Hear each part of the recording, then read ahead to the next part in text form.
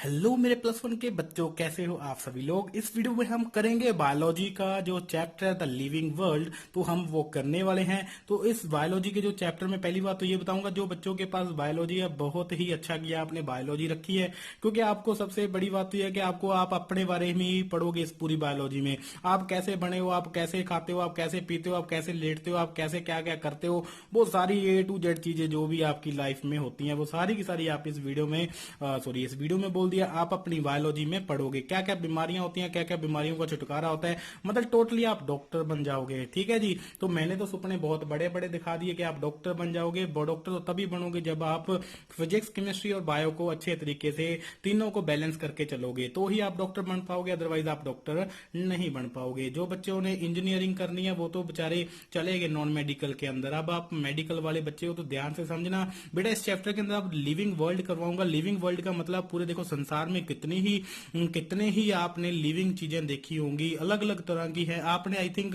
इतना देखा ही नहीं है। खुद साइंस ने इतनी अभी तरक्की नहीं की है। मैं अगर कहूं कि साइंस ने टोटली A to Z जितने भी लिविंग ऑर्गेनिज्म है वो सारे के सारे डिस्कवर कर लिए हैं, क्योंकि हर साल एक न्यू से न्यू जो एनिमल है वो डिस्कवर होता है। तो अभी तक साइंस ने भी बहुत सारे, वैसे बात करूं तो बहुत सारे जो डिफरेंट डिफरेंट तरह के लिविंग ऑर्गेनिजम्स हैं वो सारे डिस्कवर किए हैं। लेकिन ऐसा नहीं है कि पूरा अंत हो चुका है, सारे के सारे डिस्कवर हो चुके हैं, ऐसा नहीं है। अभी भी कुछ ऐसी नेचर में, कुछ परमात्मा ने ऐसी कुछ चीजें हिडन करके रखी हुई हैं जिसपे अभी तक साइंस, हम इंसान लोग नहीं पहुंचे हैं। लेकिन जितना साइंस पहुंच चुकी है उतना आपको अगर क्लियर है तो आप बहुत अच्छे तरीके से साइंटिस्ट, डॉक्टर, इंजीनियर, जो भी आप बनना चाहते हो बन सकते हो। तो इस वीडियो के अंदर हम ज्यादा बातें ना करते हुए मैं आपको बोलूंगा कि इस वीडियो को सब्सक्राइब, लाइक और शेयर तो जरूर कर दो। तो इस वीडियो को स्टार्ट करेंगे लाइफ के साथ। तो बेटा लाइफ क्या होती है, तो लाइफ कई बार बच्चे बोल देते हैं जिंदगी होती है। मेरे को तो बहुत बार बोला है बच्चों ने कि जिंदगी होती है सर, जिंदगी जिंदगी है सर। तो ये तो हमें भी पता है, पंजाबी हिंदी में लाइफ को जिंदगी बोलते हैं। असल में लाइफ है क्या, कैसे बताओगे लाइफ की डेफिनेशन अगर बोलूं तो लाइफ है क्या बेटा। तो लाइफ में मैंने डेफिनेशन लिखी हुई, देखो मैंने खुद से ये नोट्स प्रिपेयर किए हुए हैं। अगर बेटा आपको लगता है कि ये वाली मेरी राइटिंग समझ में नहीं आ रही तो मैं साथ साथ में जैसे बोलता जाऊंगा, आप उस चीज को समझते रहना। क्योंकि कुछ ऐसा होता है कि कुछ राइटिंग जो होती है वो वही बंदा समझ सकता है जिसने लिखा हुआ है। कई बार तो ऐसा होता है कि मैं खुद का लिखा हुआ भी नहीं समझ पाता, तो ऐसा नहीं करेंगे हम। ठीक है जी, चलो। It is a unique complex organisation. अब इन्होंने लिखा है कि एक कम्प्लेक्स ऑर्गेनाइजेशन होता है ऑफ मॉलिक्यूल्स का। अब किन मॉलिक्यूल्स का ऑर्गेनाइजेशन होता है वो आपको मैं बताऊंगा। That express itself through chemical reactions which leads to. अब देखो केमिकल रिएक्शंस की बात करें, मैं आपको बताना चाहता हूं बेटा, आप लोग प्लस वन में आ चुके हो, आपको सभी टीचर्स ने बताया होगा कि आप किस चीज से बने हो, आप सेल से बने हो। सेल के बाद क्या बनता है, टिश्यू बनता है। टिश्यू के बाद क्या बनता है, ऑर्गन बनता है। अब ऑर्गन के बाद क्या बनता है, कई बच्चों को पता होगा, कई बच्चे बोलेंगे कि ऑर्गन सिस्टम बनता है, लेकिन कई बच्चे बोलेंगे अब ऑर्गन के बाद क्या बनेगा। नहीं बेटा, ऐसा नहीं होता। आपको बताना चाहता हूं कि सेल भी किसी से बनता है। अब जो सेल जिससे बनते हैं वो भी किसी से बनते हैं। अब ऐसे देख लो, किसी ने, टीचर ने आपको बताया नहीं ऐसा कि सेल भी किसी से बनते हैं। वो किससे, जो आप देखो बेटा, एक एक कॉम्पोजिशन होती है, एक उनका अच्छे तरीके से ऑर्गेनाइजेशन होता है। किनका, जो छोटे छोटी ऑर्गेनलीज होती हैं वो आपस में एक इस तरीके से अपने आप को अरेंज करती हैं कि एक सेल का फॉर्मेशन हो जाता है। तो इस तरीके से बनता है सेल। अब ऑर्गेनलीज की बात करूं, mitochondria, Golgi apparatus, endoplasmic reticulum, vacuole, ये सारे के सारे। अब लेकिन ये सारी की सारी ऑर्गेनलीज भी किसी से बनती हैं। कहां से बनती है, केमिकल रिएक्शंस होती हैं। जब बायोकेमिकल रिएक्शंस होती हैं तब ये ऑर्गेनलीज बनती हैं। जब ऑर्गेनलीज बन जाती हैं फिर वो एक डेफिनाइट एक प्रोपोर्शन में आ जाती हैं। डेफिनेट प्रोपोर्शन में आने के बाद फिर सेल का जन्म होता है। सेल के बाद फिर टिश्यू बनते हैं। टिश्यू के बाद ऑर्गन बनता है। ऑर्गन के बाद एक ऑर्गेनाइजेशन होती है। ऑर्गेनाइजेशन का मतलब अगर मैं बताऊं आपको, जैसे हार्ट है वो हार्ट की पोजीशन पे रहता है। कभी आपने देखा है कि किडनी की जगह पे लंग्स आ गए, लंग्स की जगह पे किडनी आ गई, या फिर लंग्स की जगह पे आपकी आंखें आ गई, आपकी आईज आ गई, या आपके नीज में कभी आपने देखा है कि किसी आदमी के नीज में या हिप्स पे ब्रेन आ गया। तो ऐसा नहीं होता। जो भी एक बेस्ट ऑर्गेनाइजेशन है उस ऑर्गेनाइजेशन में ऑर्गन सारे सेट हो जाते हैं, और उस ऑर्गेनाइजेशन जब पूरी की पूरी कंप्लीट हो जाती है तब एक ऑर्गेनिज्म बनता है। अब उस वाली फॉर्मेशन को हम बोलेंगे ऑर्गेनिज्म। अब आपको पता चला कि हम ऑर्गेनिजम्स क्यों बोलते हैं। ये ऑर्गेनिज्म वर्ड आया कहां से है, ये ऑर्गेनिज्म वर्ड इसी से आया है कि हम हमारा जो सेल है, सेल भी ऑर्गेनेलिज से बनता है, ऑर्गेनेलिज भी बायोकेमिकल रिएक्शन से बनता है। अब अगर लाइफ की बात करूं तो लाइफ क्या चीज है बेटा, ये तो मैंने आपको ऑर्गेनिज्म ऑर्गेनाइजेशन की बात बताई है। अब लाइफ की अगर बात करूं तो लाइफ होता है जिस जो भी आप देख रहे हो लिविंग जितने भी, उनके अंदर कुछ बायोकेमिकल रिएक्शंस होती हैं, जिसके कारण क्या होता है, ग्रोथ होती है, डेवलपमेंट होती है, रिस्पॉन्सिवनेस होता है, अडेप्टेशन होती है, रिप्रोडक्शन होता है। ये कुछ चीजें होती हैं। अगर ये सारी चीजें हो रही हैं तो आप कह सकते हो कि अब ये लाइफ दिखा रहा है, इसमें लाइफ दिख रही है, यही है लाइफ। समझ ना मेरी बात। अब आगे देखो, मैंने आपको यहाँ पे एक इंपॉर्टेंट नोट मैंने मार्क किया हुआ है कि आप लाइफ को कभी क्रिएट नहीं कर सकते और लाइफ को आप कभी डिस्ट्रॉय नहीं कर सकते। जैसे मैंने आपको बोला कि जैसे जो लाइफ होती है, मैंने आपको कहा कि लाइफ क्या होती है, कुछ केमिकल्स का कॉम्पोजिशन होता है, केमिकल्स आपस में रिएक्शन करते हैं, फिर एक सेल ऑर्गेनलीज बनती हैं, ऑर्गेनलीज फिर आपस में अरेंज होकर के सेल बनाते हैं। अब अगर जो मैंने बायोकेमिकल रिएक्शंस कही हैं, क्या आप खुद उन केमिकल्स को लेकर के अगर रिएक्शन करवाओगे तो रिएक्शन करवा के क्या आपको लगता है कि आप एक लाइफ जनरेट कर सकते हो? नहीं कर सकते। ये तो नेचर ने खुद अपने अकॉर्डिंग बेटा कुछ केमिकल्स की रिएक्शन करवाई है। केमिकल्स कौन कौन से होते हैं? Carbon, hydrogen, oxygen, nitrogen, phosphorus, ये सारे के सारे जितने भी बायोमोलिक्यूल्स होते हैं, ये सारे आपस में रिएक्शन करके एक पर्टिकुलर एक डिजाइन में आ जाते हैं, जिसमें ऑर्गेनलीज बनती हैं। ऑर्गेनलीज के बाद एक सेल, सेल के बाद टिश्यू, टिश्यू के बाद एक ऑर्गन। जब ऑर्गन एक प्रॉपर डेफिनेट पोजीशन में आ जाते हैं, सारे के सारे एक अच्छी ऑर्गेनाइजेशन बन जाती है, तब उस बाड़े को हम क्या बोलेंगे? ऑर्गेनिज्म बोलेंगे। इसीलिए हमें ऑर्गेनिजम्स कहते हैं। बात समझ में आई? तो आप लाइफ नहीं बना सकते। अब लाइफ के कुछ कैरेक्टर्स होते हैं, लिविंग बीइंग्स के कुछ कैरेक्टर्स होते हैं। वो कौन कौन से कैरेक्टर्स हैं अगर आप देखते हो तब आपको पता चलेगा। वो सारे कैरेक्टर्स देखोगे तो आपको पता चलेगा कि हाँ वाकई ये लिविंग बीइंग होता है और ये नॉन लिविंग बीइंग होता है। तो आप उन कैरेक्टर्स को स्टडी करके डिस्टिंग्विश कर सकते हो। जैसे डेफिनाइट शेप एंड साइज, तो मतलब आपको ये मैं आगे करवाऊंगा, एक बार सुन लो। ऑर्गेनाइजेशन आपको मैंने बता दिया है। ग्रोथ एंड डेवलपमेंट करेंगे, मेटाबॉलिज्म करेंगे, रिप्रोडक्शन करेंगे, होम्योस्टेसिस करें, दिखाएंगे, शो करेंगे। और आगे जो मेरा पॉइंट लिखा हुआ है, मेरे पास बहुत सारे पॉइंट्स हैं। कॉन्शियसनेस करेंगे, अडेप्टेशन करेंगे, evolution, repair and regeneration, ageing and and पे आकर के मर जाएंगे। जो मरेंगे वही क्या होता है, वही एक्सप्लेन कर रहे हैं लाइफ को। ठीक है जी। जो नहीं मरेगा वो एक्सप्लेन कैसे कर पाएगा, जो वो कैसे डिफाइन कर पाएगा कि ये लाइफ होती है? तो हर ये जो मैंने 12 पॉइंट्स लिखे हैं, एक एक करके पढ़ेंगे सभी के बारे में। बहुत इजी है, बहुत अच्छा है। आप कॉपी के ऊपर नोट करते रहो। अगर खुद एफर्ट्स करोगे आप बहुत ऊपर तक पहुंच जाओगे। ठीक है जी। मेरा क्या, मैं तो बोल के चला जाऊंगा, आप मेरी वीडियो को नहीं देखोगे तो ना देखना, कोई दिक्कत वाली बात नहीं है। डेफिनेट शेप एंड साइज, तो अब फर्स्ट जो मेरा पॉइंट आता है डेफिनाइट शेप एंड साइज। तो मैं आपको एक एग्जांपल लेता हूं। जब कुत्ता, जब बिल्ली, जब घोड़ा, जब हाथी, जब बोता, जब आप पैदा हुए थे, तो एक आपकी डेफिनेट शेप होती है। देखो डेफिनेट शेप होती है आपकी, अभी भी आपकी एक डेफिनेट शेप है कि अगर इंसान पैदा हुआ है तो वो इंसानों की तरह ही पैदा होगा। मतलब उसकी जो बॉडी है वो उसकी इंसानों की तरह ही होगी। ऐसा तो नहीं है कि 2 साल पहले कुत्ते की तरह थे हम, फिर 3 साल बाद हम घोड़े की तरह दिखने लगे, फिर 4-5 साल बाद हम हाथी की तरह दिखने लगे। ऐसा नहीं होता। तो हमारी जो होती है डेफिनेट शेप होती है और हमारा डेफिनेट साइज होता है। साइज मतलब अगर मैं ह्यूमन बीइंग्स की बात करूं तो एक डेफिनेट टाइम तक आके ये ग्रोथ करते हैं। ऐसा नहीं है कि सारी लाइफ टाइम तक, जब तक मरते नहीं तब तक ये ग्रोथ करते रहते हैं, ऐसा कभी नहीं होता। हमारी जो ग्रोथ होती है वो कुछ पर्टिकुलर टाइम तक ही सीमित होती है, लिमिटेड होती है। तो मैंने क्या लिखा है, living organisms have definite shape. एक अलग शेप होती है, हर एक स्पीसीज की अलग अलग शेप होगी, ताकि हम देख के पहचान सकें कि ये कौन सा जानवर है, ये कौन सा ऑर्गेनिज्म है। एंड साइज भी उनका एक डेफिनेट रहेगा और थोड़ा बहुत वेरिएशन में आ सकता है, थोड़ा बहुत ऊपर नीचे हो सकता है। ऐसा नहीं है कि अगर घोड़े का साइज घोड़े जितना ना हो, वो एलिफेंट की तरह हो जाए तो वो घोड़ा नहीं हो सकता। ठीक है, वो ऐसा नहीं है। मतलब साइज जो डेफिनेट भी रहेगा।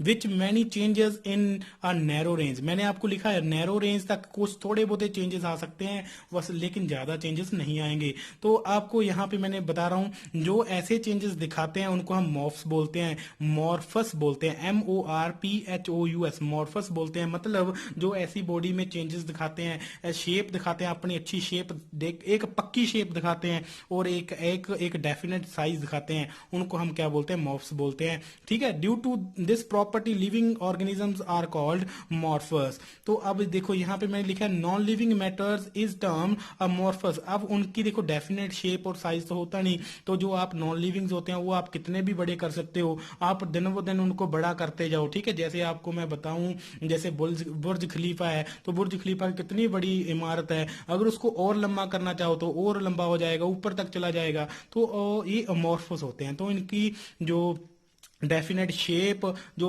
अगर बात करूं, और साइज, इनका आप चेंज कर सकते हो। जैसे मैं बुर्ज खलीफा को तोड़ दिया, कुछ और बना दिया, तो ठीक है ऐसे कर। लेकिन अगर हमें तोड़ करके कोई और जानवर बनाने लगो तो नहीं बनेगा। तो ये था डेफिनेट शेप एंड साइज।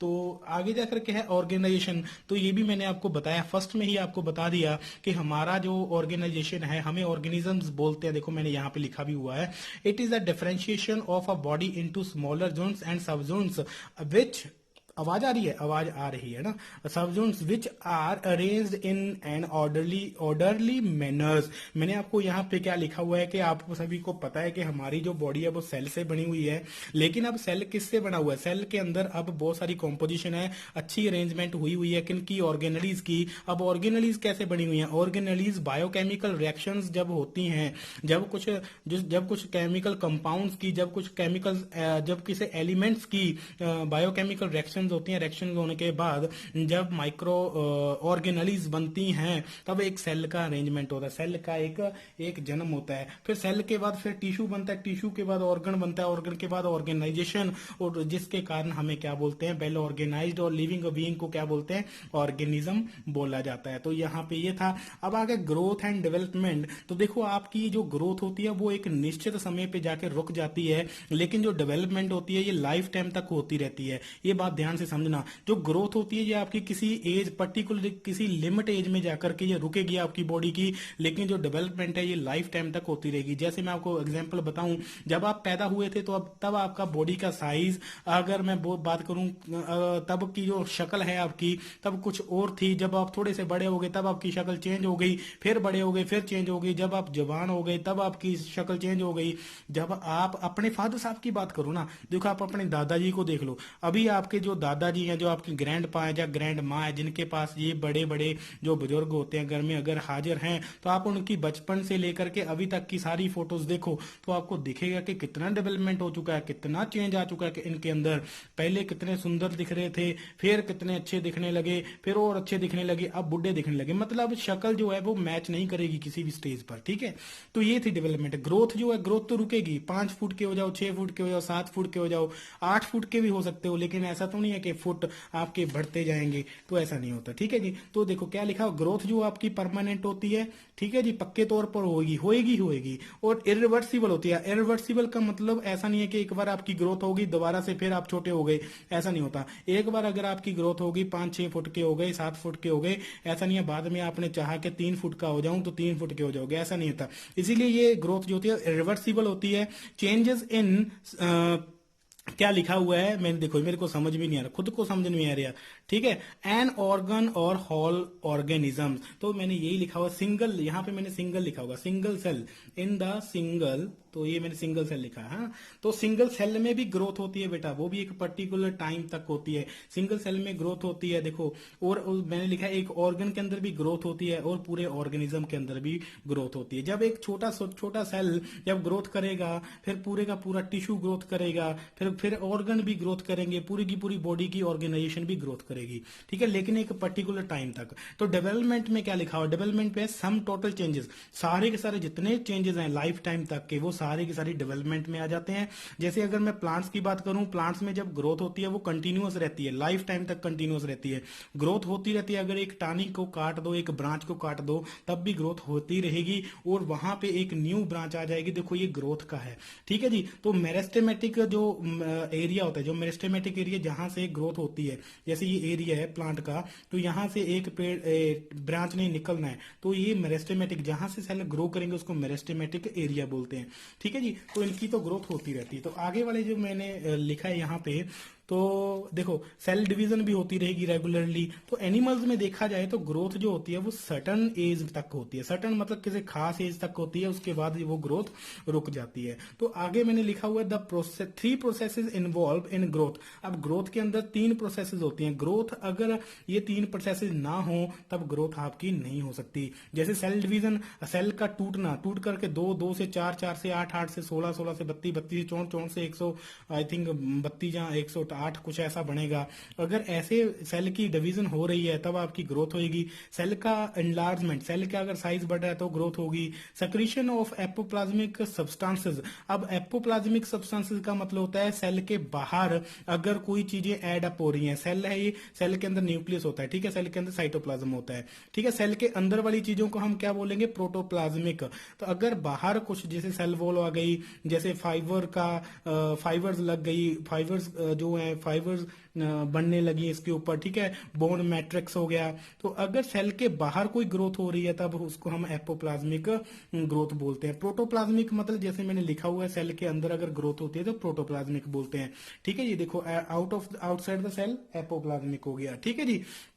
तो इस तरीके से करते हैं।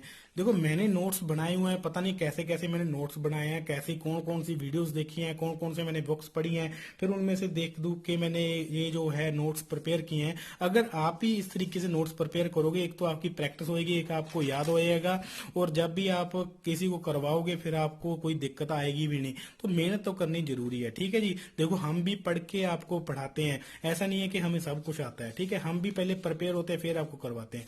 चलो ग्रोथ एंड डेवलपमेंट। अब ग्रोथ एंड डेवलपमेंट में क्या लिखा है, मैंने 2 टाइप्स लिखी हुई है, एक तो एक्रीशन लिखा हुआ है, एक मैंने लिखा है इनटू ससेप्शंस लिखा हुआ है, ठीक है। इनटू ससेप्शंस लिखा हुआ है, आपने स्पेलिंग देख लेने हैं। INTU intussusceptions, SUCEPTION intussusceptions लिखा हुआ है। तो living organism show internal growth due to additional material and formation of cells inside their body. अगर बॉडी के इनसाइड, बॉडी की आपकी बॉडी है, बॉडी के इनसाइड कुछ ग्रोथ हो रही है तो उसको हम क्या बोलेंगे, इनटू ससेप्शंस बोलेंगे। अब अक्रीशन की बात भी आपको बताऊंगा, लेकिन यहाँ पे मैंने एक इंपॉर्टेंट नोट लिखा हुआ है। अगर मैं बात करूं आपकी बॉडी के अंदर जाके देखूं, तो आप भी अगर अपनी बॉडी के अंदर जाके देखो तो आपकी बॉडी के अंदर लार्ज नंबर ऑफ बैक्टीरियाज मिलेंगे।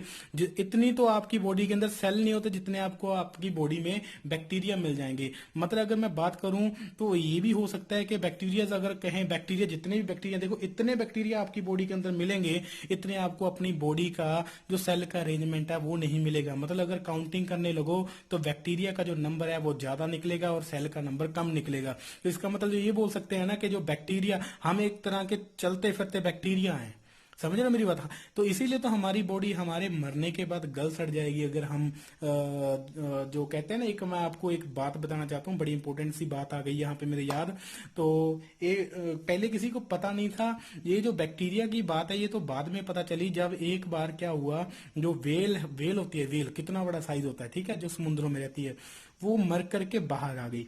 अब क्या हुआ कि अब वेल का इतना बड़ा शरीर था, इतनी बड़ी बॉडी थी, तो लोगों ने कहा कि देख के आते हैं। तो मतलब सभी लोगों के अंदर उत्साह पैदा हुआ कि वेल देखेंगे, पहली बार वेल देख रहे हैं, वेल देखेंगे, कितनी बड़ी वेल है, कितनी बड़ी वेल है। 3-4 दिन निकले, 10 दिन निकले, बॉडी अब क्या हो गई, फूलेगी ना। अब तो देखो मर गई बॉडी तो फूलना स्टार्ट किया। अब वो फूलती फूलती इतनी फूल गई कि कुछ लोग उस बॉडी के पास जाकर के पिक्चर क्लिक करवाने लगे, तब उस बॉडी का ब्लास्ट हुआ, फट गई वो बॉडी। फटने के बाद जो जो कुछ आदमी थे, एक आदमी की आई थिंक मौत हुई और 2-3 आदमी इंजर्ड हुए थे। अब देखो ये फटी क्यों बॉडी, उसका ब्लास्ट क्यों हुआ, क्योंकि बॉडी के अंदर क्या होते हैं, बैक्टीरियाज होते हैं। जब बैक्टीरिया को पता चल गया, जब बैक्टीरिया को, देखो बैक्टीरिया को थोड़ी पता चलेगा, मतलब आपकी बॉडी की जब डेथ हो जाएगी तब बॉडी के अंदर जितनी भी मेटाबॉलिज्म, जो भी रिएक्शंस हो रही हैं, जो भी जितना भी मेटाबॉलिज्म हो रहा है, जितनी बायोकेमिकल रिएक्शंस हो रही हैं, वो सारी क्या हो जाएंगी, स्टॉप हो जाएंगी। स्टॉप होने के बाद अब जो बैक्टीरिया होते हैं, अब उनको जितना भी मटेरियल चाहिए था आपकी बॉडी से वो रुक जाएगा, वो मिलना बंद हो जाएगा। फिर आपकी बॉडी का जितना भी अंदर वाला जो भी मटेरियल है उसको खाना स्टार्ट करेंगे। खाते खाते वो फिर कुछ गैसेस का बहुत मतलब अब गैसेज मेरे याद नहीं आ रही, तो वो गैसेज का सक्रीशन करते हैं। और जब गैसेज का आई थिंक मिथेन गैस है, जब मिथेन गैस का सक्रीशन इतनी तेजी से हो जाता है, तो जब वो गैस अंदर फिल होती जाएगी, बहुत सारी गैसेज होती हैं, ऐसा नहीं है कि ओनली मिथेन होगी, बहुत सारी गैसेज का कॉम्बिनेशन होता है, बहुत सारी गैसेज इकट्ठी हो जाएंगी, तो बॉडी का फूलना तो संभव ही है। जब इतनी ज्यादा गैस फिल हो जाती है तब बॉडी फट जाती है। तो यही था एक रीजन। तो एक्रीशन क्या होता है, जैसे मान लो अभी आपने देखा होगा कोई पत्थर है, कोई पहाड़ है, पहाड़ हनेरी चलती है तो पहाड़ों के ऊपर मिट्टी गट्टा ऐसे जो भी है सैंड वगैरह जाके जम जाती है, ठीक है। अब किसी के अगर नॉन लिविंग के ऊपर कोई चीजें ऐसे लगती जाए और उसकी ग्रोथ होती जाए, जैसे आपने देखा होगा कई बार बहुत टाइम से कोई चीज पड़ी है बाहर, तो उसके ऊपर देखो कितना कुछ जम जाता है, जमने के बाद उसका साइज भी इंक्रीज करता है। तो ऐसे नॉन लिविंग के ऊपर अगर ऐसी कोई चीजें आकर के लगती हैं और साइज बड़ा होता है तो उसको एक्रीशन बोलते हैं। देखो, non living articles increase in size due to the addition of similar material on their outer surface, stone, crystal and mountain. तो ये है, ठीक है जी। तो ये बड़ा एक्रीशन हो गया। तो आगे जाकर के हम देखेंगे ग्रोथ प्रोड्यूसिंग सब्सटेंसेस। आप ग्रोथ कैसे प्रोड्यूस होती है, तो बहुत ज्यादा लिखा हुआ है मेरे पास, तो अभी मैं बस ये लास्ट करवा के आपको वीडियो का एंड कर देता हूँ। ग्रोथ प्रोड्यूसिंग सब्सटेंसेस क्या होते हैं, प्रोटोप्लाज्मिक है और एपोप्लाज्मिक। देखो मैंने लिखा है प्रोटोप्लाज्मिक, मैंने आपको बताया कि जब सेल के इनसाइड, सेल के अंदर जो ग्रोथ होएगी, ठीक है, जैसे these components living matter like cytoplasm and nucleus. अब सेल है, सेल के अंदर क्या है आपने पढ़ा होगा, न्यूक्लियस होता है, न्यूक्लियस और ये जो फ्लूइड लाइक स्ट्रक्चर होते हैं इसको साइटोप्लाज्म बोलते हैं।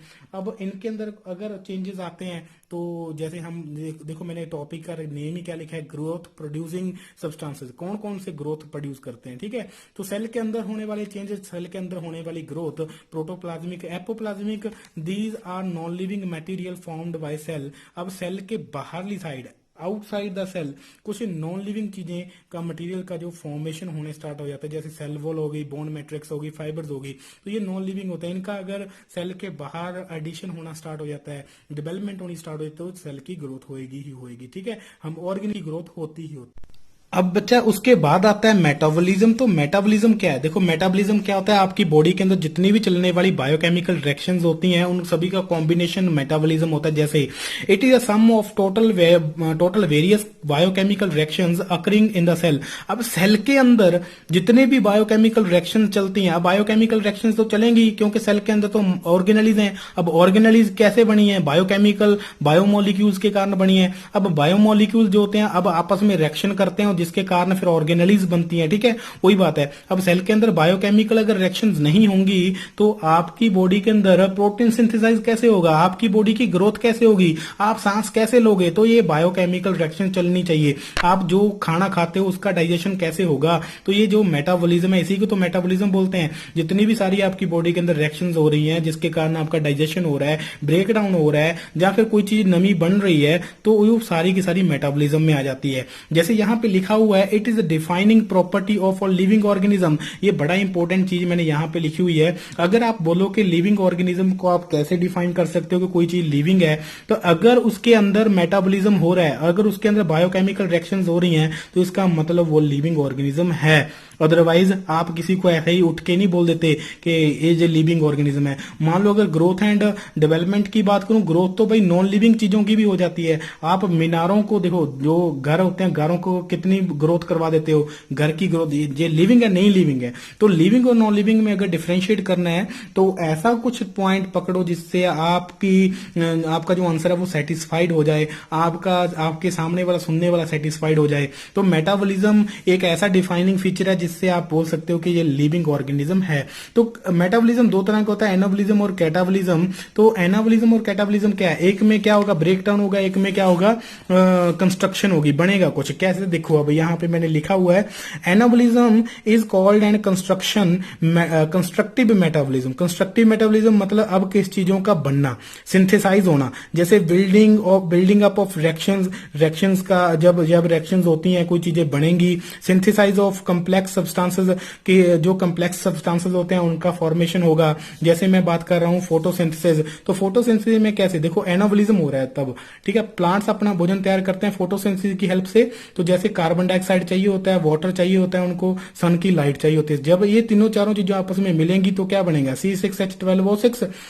और ये जो क्या बना, कार्बोहाइड्रेट्स बने, तो ये कम्प्लेक्स ऑर्गेनाइजेशन बनी, कम्प्लेक्स कंपाउंड बने। तो एनाबॉलिज्म में क्या होता है, जब अलग अलग चीजों से उनकी जब रिएक्शन होती है तब कोई एक चीज, न्यू चीज बने जो हमारे बेनिफिशियल में होती है, उसको एनाबॉलिज्म बोलते हैं। मतलब कंस्ट्रक्टिव मेटाबॉलिज्म है, ठीक है। अब कैटाबॉलिज्म क्या होता है, ये डिस्ट्रक्टिव मेटाबॉलिज्म होता है, इसमें चीजें टूटती हैं। मान लो कम्प्लेक्स फूड है, कम्प्लेक्स फूड को आप खाओगे वो पहले सिंपल फूड में टूटेगा, ठीक है। ब्रेक डाउन रिएक्शंस होती हैं यहाँ पे, देखो, break down of complex substance into the simpler substance, जैसे डाइजेशन, रेस्पिरेशन। तो डाइजेशन में क्या होता है, जैसे आप स्टार्च हो गया, जब आप स्टार्च खाते हो तो उसका पहले शुगर में, सिंपल सब्सटेंस में उसका क्या होता है, ब्रेक डाउन होता है। अगर मैं बात करूं कि आप कोई जैसे प्रोटीन की बात करूं, प्रोटीन आप डायरेक्ट आपकी बॉडी डाइजेस्ट नहीं कर सकती, पहले उसका ब्रेक डाउन होगा अमीनो एसिड में, ठीक है। तो पेप्सिन हो गया, जैसे पेप्सिन हो गया, तो ऐसे जो एंजाइम्स होते हैं ये पहले ब्रेक डाउन करेंगे जो कम्प्लेक्स फूड होते हैं उनको सिंपल फॉर्म में,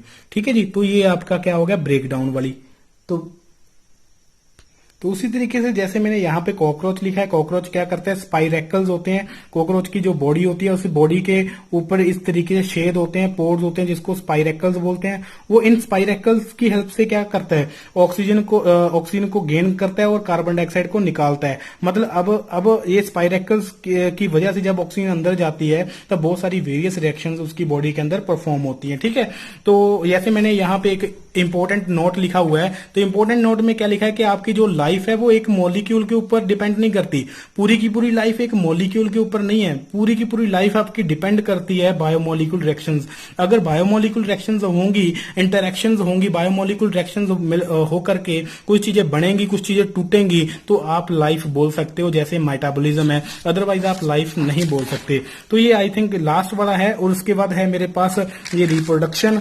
तो रिप्रोडक्शन में क्या लिखा हुआ है, तो ये आपको करवा देता हूं लास्ट में। तो रिप्रोडक्शन में क्या लिख रहे हैं बच्चा, तो रिप्रोडक्शन होती है जैसे फॉर्मेशन ऑफ न्यू इंडिविजुअल। मैंने आपको यहाँ पे दिखाया गया कि जब किसी नए इंडिविजुअल की फॉर्मेशन होती है, पैदा होता है जब कोई, ठीक है, it is not essential survival. अब अगर मैं बात करूं, अगर आप बोलो कि रिप्रोडक्शन अगर कोई करेगा तो ही आप बताओगे कि ये लाइफ शो कर रहा है, तो ऐसा थोड़ी होता है, वो ही लिविंग ऑर्गेनिज्म, ऐसा थोड़ी होता है। अगर मैं बोलूं कि कुछ लिविंग ऑर्गेनिजम्स हैं वो रिप्रोड्यूस कर ही नहीं सकते, वो बच्चे पैदा कर ही नहीं सकते, तो नॉन लिविंग भी बच्चे पैदा नहीं कर सकते। इसका मतलब ये थोड़ी होगा कि ये लाइफ डिफाइनिंग फीचर हो गया, तो लाइफ को ये डिफाइन नहीं करता, रिप्रोडक्शन नहीं लाइफ को डिफाइन करता, मेटाबॉलिज्म करेगा डिफाइन जो भी है, ठीक है जी। तो उसके बाद यहाँ पे लिखा हुआ है, देखो मैंने लिख के भी रखा हुआ है कि it is not defining feature of life.